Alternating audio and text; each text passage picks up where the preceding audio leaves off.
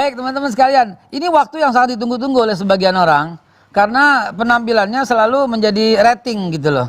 Kalau di LC itu jadi rating melulu gitu loh ya. Kenapa? Karena kata-katanya tajam, pedas, tapi nggak bisa dicolek oleh hukum.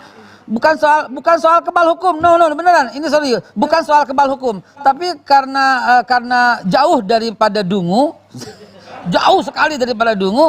Sehingga nggak bisa dicolek gitu loh. Kenapa? Karena betul-betul apa ya? Kalau kata orang Betawi bilang letter luck-nya kayak begitu gitulah. Siapa lagi kalau bukan Bung Rocky Gerung? Silakan.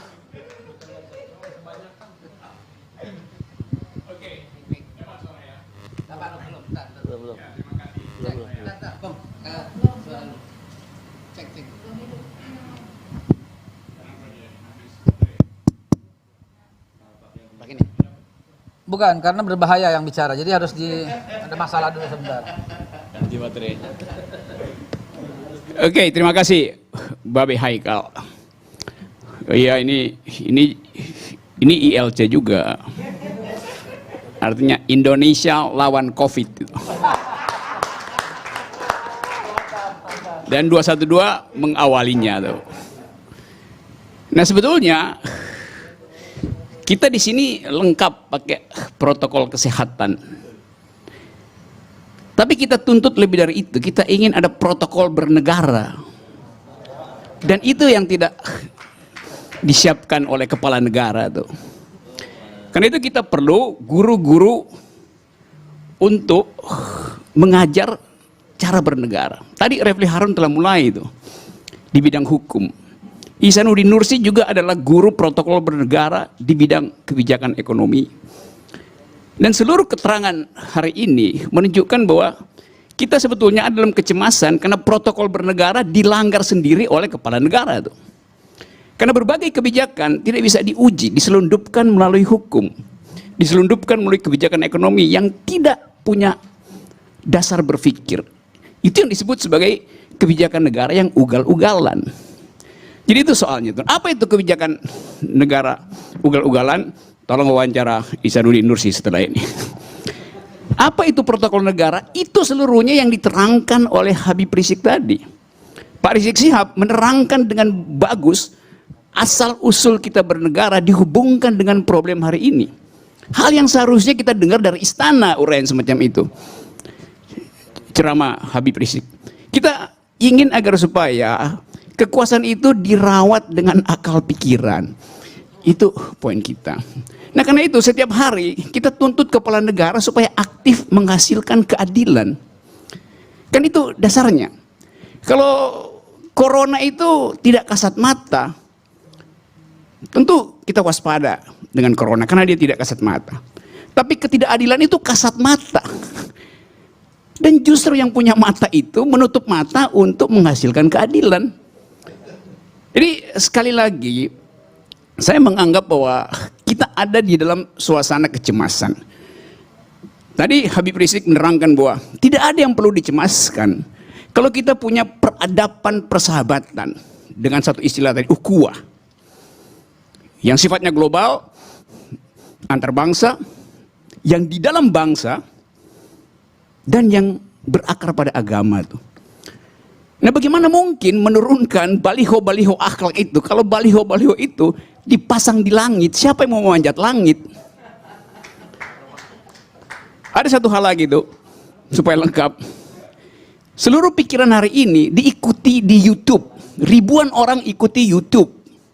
Ini semacam ukhuwah YouTubiah. Persaudaraan sesama pengguna YouTube. Jadi saya ingin sebetulnya mengucapkan selamat datang di tempat di mana akal sehat masih bisa dioperasikan. Jadi kalau ada orang bertanya di mana markas FPI, bukan di Jalan Petamburan, tapi di Jalan Perubahan itu.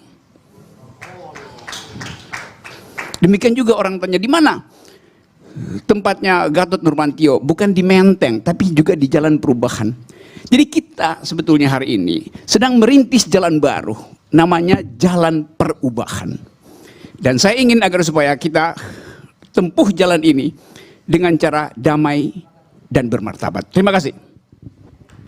Saya ada satu gelitik gitu loh. Di antara semua yang hadir dan semua peserta Zoom, cuma satu yang disebut namanya oleh Bung Rocky, yaitu Pak Gatot Nurmantio. Apa artinya setelah ini harus Pak Gatot Nurmantio dulu? Ya, sebaiknya supaya tersambung. Nyambung ya. Dan saya yakin Pak Gatot Nurmantio sedang mendengarkan apa yang disampaikan Bung Rocky. Ya. Kalau masih terkoneksi dengan Zoom? Ya, masih. Kita persilahkan. Masih. Baik, kita persilahkan Bapak Gatot Nurmantio. Silakan. Terima kasih. Assalamualaikum warahmatullahi wabarakatuh.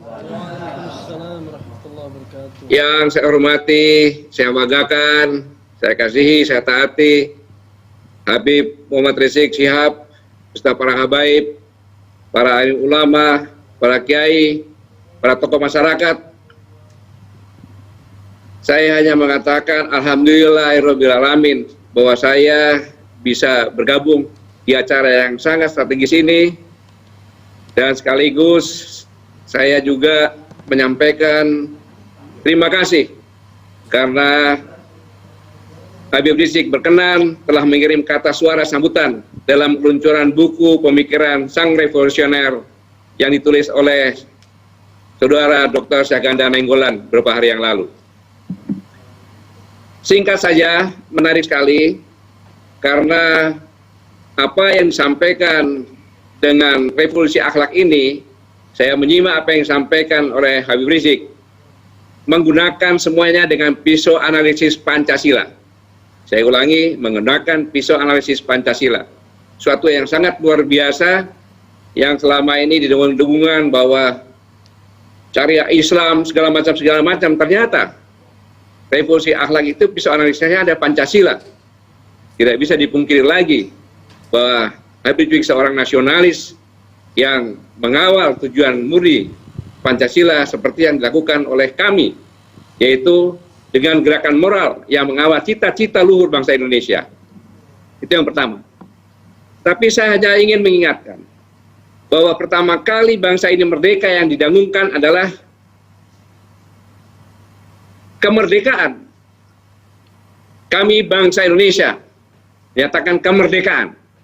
Kemerdekaan artinya adalah, kalau bahasa Sanskertanya, kamardika, yaitu warga negara kelas atas.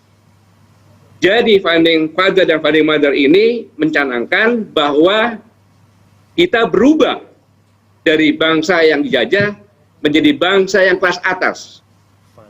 Maka cita-citanya itu melindungi segenap bangsa dan seluruh tumpah darah Indonesia. Mensejahterakan, mencerdaskan, sehingga inilah bangsa yang national state, di mana sebuah nasional yang bangsanya ini majemuk. Dengan kemajemukan ini, contoh singkatnya saja, Pancasila pertama, ketuhanan yang Maha Esa. Dari berbagai macam agama diakui di negara ini. Dari berbagai warna kulit, bahasa, semuanya politik diakui menjadi satu. Kemudian contoh lagi negara bangsa memperlakukan manusianya dengan sila kedua, keadilan sosial bagi seluruh rakyat Indonesia. Saya ulangi, kemanusiaan yang adil dan beradab. Sila kedua, kemanusiaan yang adil dan beradab. Memperlakukan semua manusia yang adil dan beradab. Nggak dibeda-bedakan siapapun juga. Nggak ada warga negara kelas 2, kelas 3, tidak ada. Karena nasionalis itu semuanya warga negara nomor 1. Inilah yang sama-sama sekarang ini kita melihat tidak berlaku, tidak diperlakukan dengan benar.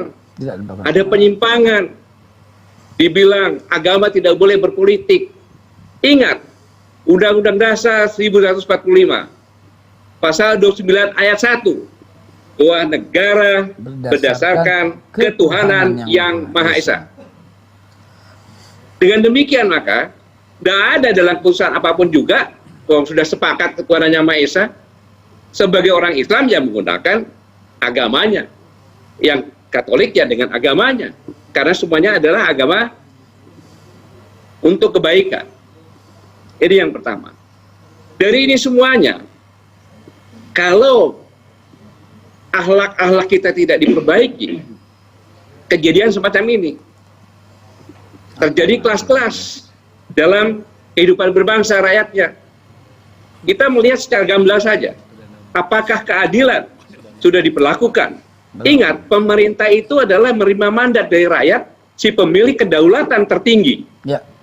Makanya pada saat bangsa ini lahir, negara belum ada. Tanggal 18 baru negara itu ada. Ada pemerintah, ada pengakuan, ada wilayah. Dari sinilah revolusi akhlak ini sangat penting. Contoh saja, singkat saja, apa yang terjadi belakangan ini tentang pemeriksaan Habib Rizik.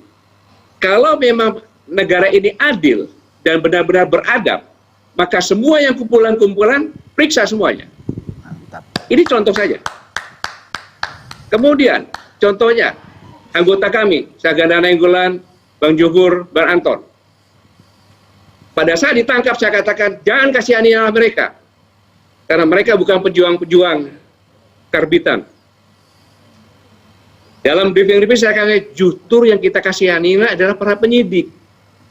Karena penyidik di kepolisian itu adalah orang-orang yang pintar-pintar, orang-orang yang cerdas, dan pasti mempunyai hati nurani.